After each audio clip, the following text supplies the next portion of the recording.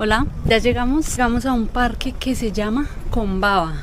Es un parque natural, es un parque también nacional. Y lo que tiene de importante este parque, lo que tiene de curioso y de bonito es que es hogar de canguros y koalas. Canguros son un poco más fáciles de ver. Si tenemos la oportunidad, veremos koalas, que son un poco más difíciles de ver.